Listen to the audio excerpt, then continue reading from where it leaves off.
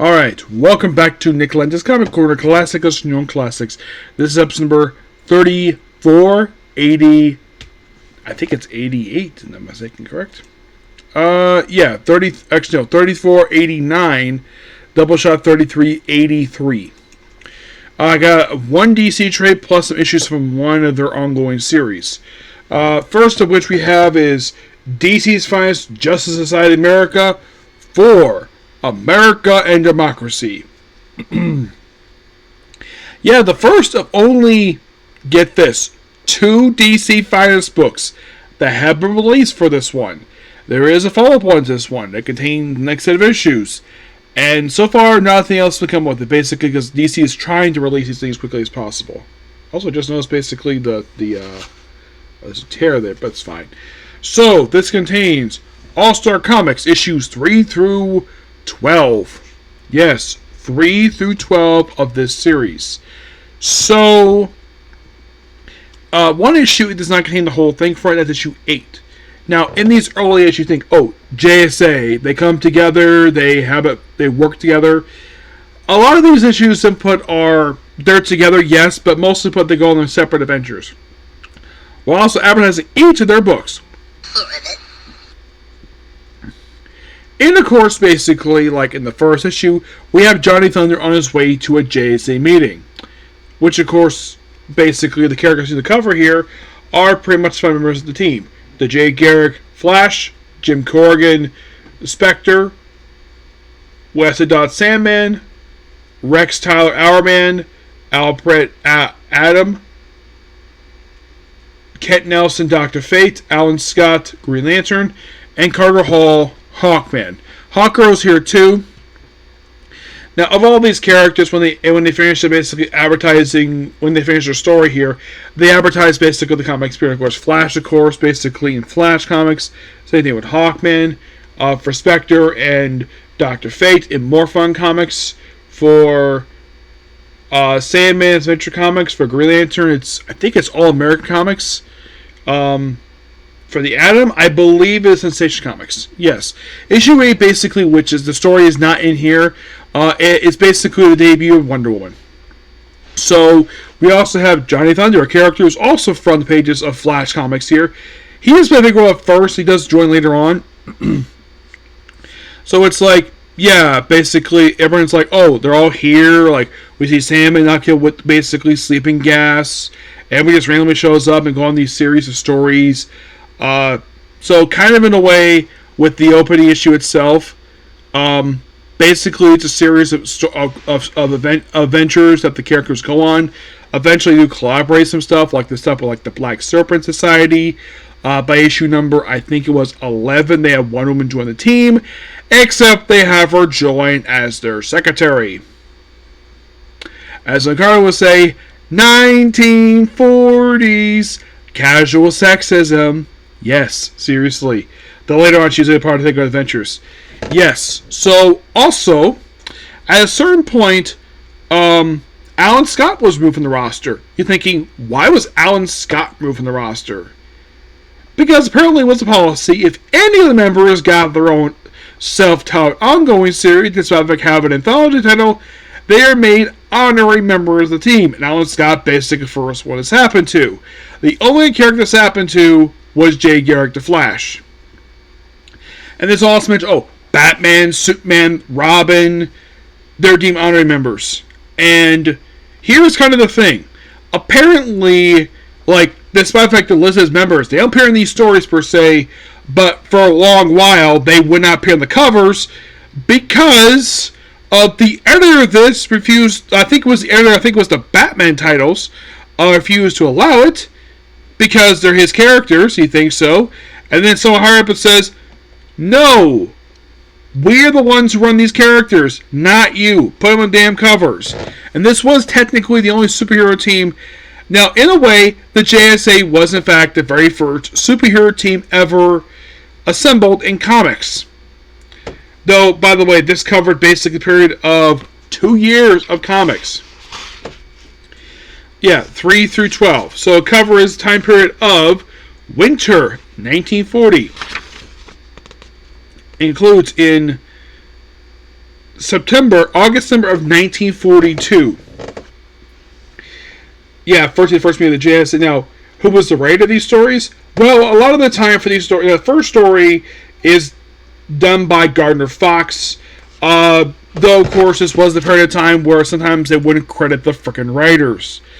Because that was how DC was back then. Sometimes they won't credit the writer, they won't credit the artist, but won't credit the writer. Because they just forget. Gardner Fox is credited for the opening story here, with Jerry Siegel doing Chapter 3 of the story, Ken finished Chapter 4, Sheldon Meyer, who actually was an artist. Sheldon Meyer, those of you who don't know who about him, he is a guy who worked for Bob Kane's studio, and here's something interesting though. Whenever he did the artwork for, I think it was Detective, Bob Kane got credit for it, despite the fact he was doing the artwork. And you can tell Bob Kane was kind of credited for the artwork because of his signature. Yes, though Sheldon Meyer was eventually recognized as the artist. He does the interlude in Chapter 7 is done by Bill O'Connor. Issue 3, the air story, Guardian Huntress, that's Evelyn Grinnis with Sheldon Meyer in the artwork. No credited writer for the opening story for American Democracy, issue 4. The Fortune Teller's Fortune, that is basically Evan Gus, who is our prime writer here for about 3 straight issues. And then by issue number 6, it's Charles Wilson does the Dr. Midnight story. Yeah, not a lot of writers here.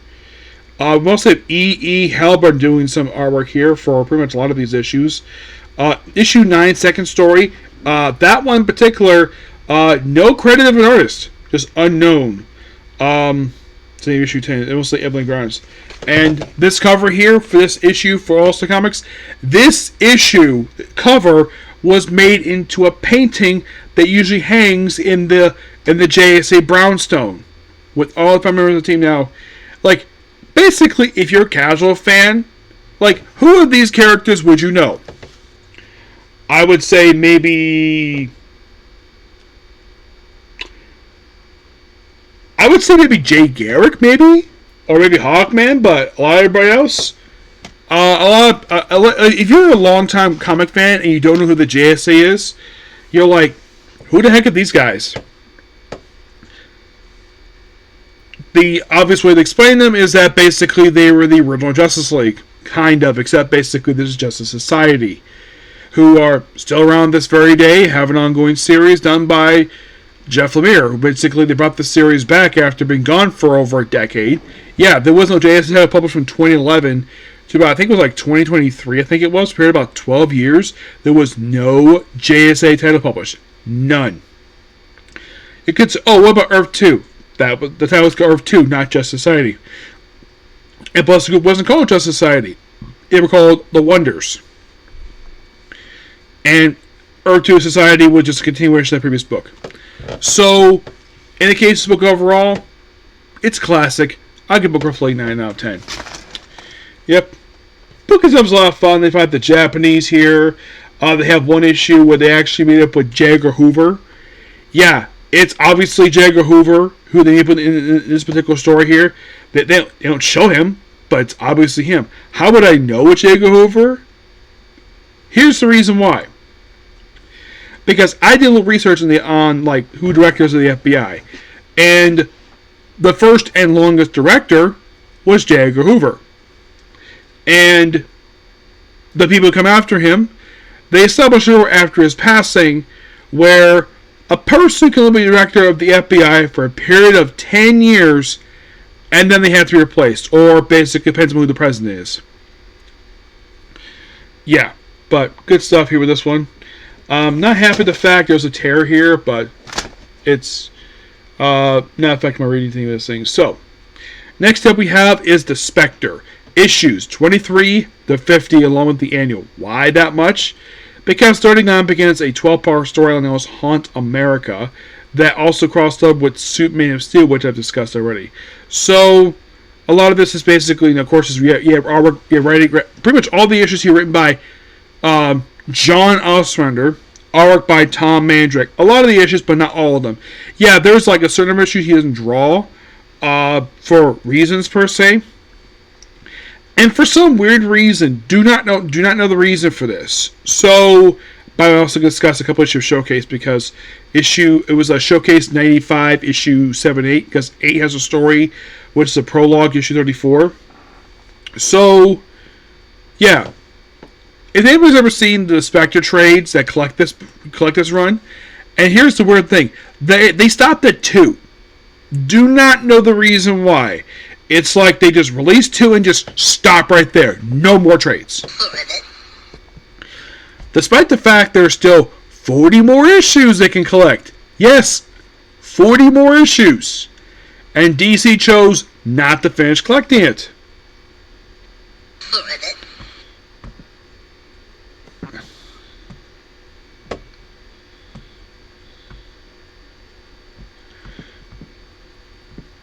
As it keeps saying, don't know the reason why. So a lot of this book is simply like Spectre kills some criminals. There's a 4-parter known as, I think it was like Depression, I think it was. Oh no, excuse me, it was Despair. It took up issues 27 to 30. It was a really creepy storyline.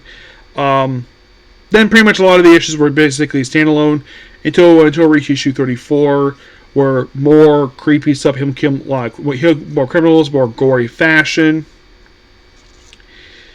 Then, of course, began issue 39.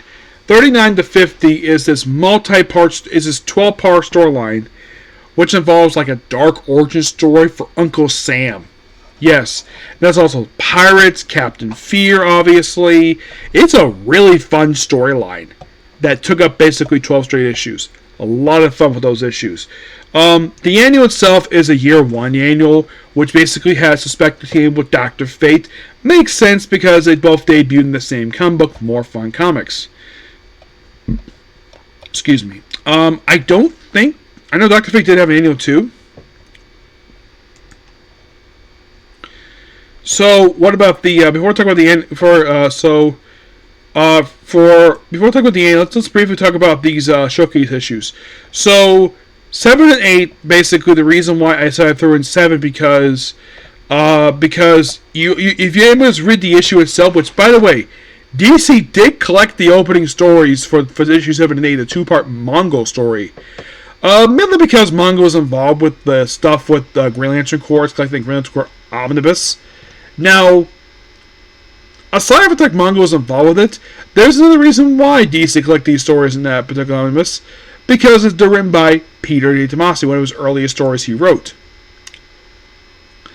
And it's all focused on Mongol fighting flashback of various characters like Green Lantern, Steel, basically stuff related to the death of Superman.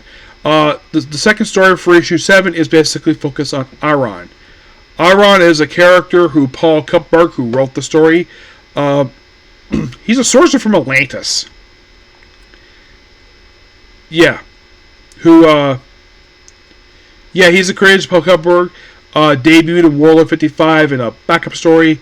He actually died in JS 51, the first volume. Yeah. And then we have Orion, which mostly put is basically stuff related to New Gods. Now, who does the Rights of Orion story? A guy by the name of Scott Cienson.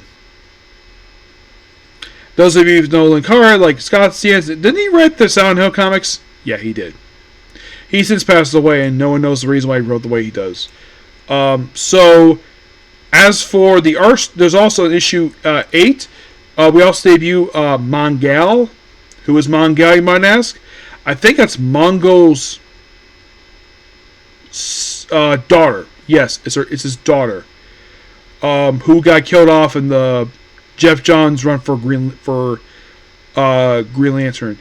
And then there's also Mongol the Younger, who is the Mongol prior to Flashpoint.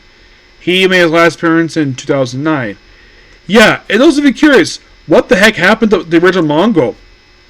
He died. You're like, how? He got killed by a freaking demon named Necron. Yes, seriously. He got killed off in the opening issue of Underworld Unleashed. That's what happened to him pre-Flashpoint. Yeah, he died Underworld Unleashed, which is so weird. Which you're like, why in the world would they kill him off there? I have no idea. It is by far one of the most baffling things. Arsenal is just a one-shot story. Hunting for a present for Leanne. The Spectre story is him dealing with vampire. That's it. Oh, an Arsenal story.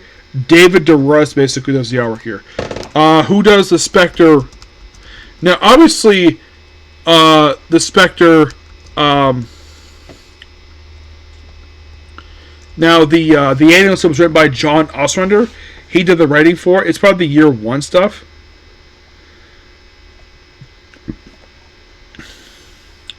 Basically, his first time Dr. Fate met Spectre. Historically, was in All-Star 2003. First time chronologically, Spectre first met in issue 14 of this book. Yeah.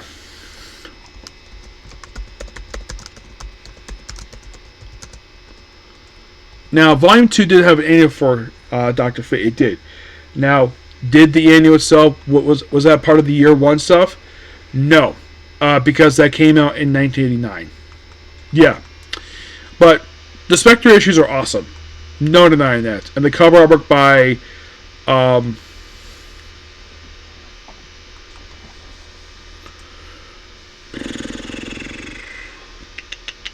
who does the cover art here for these issues?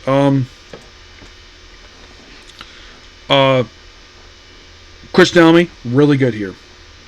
A lot of really good fun issues. I give these issues roughly a 9 out of 10. So that's pretty much that particular video. Please be sure to like, comment, subscribe. See you in the next video. Talk about Project Red. Get next video.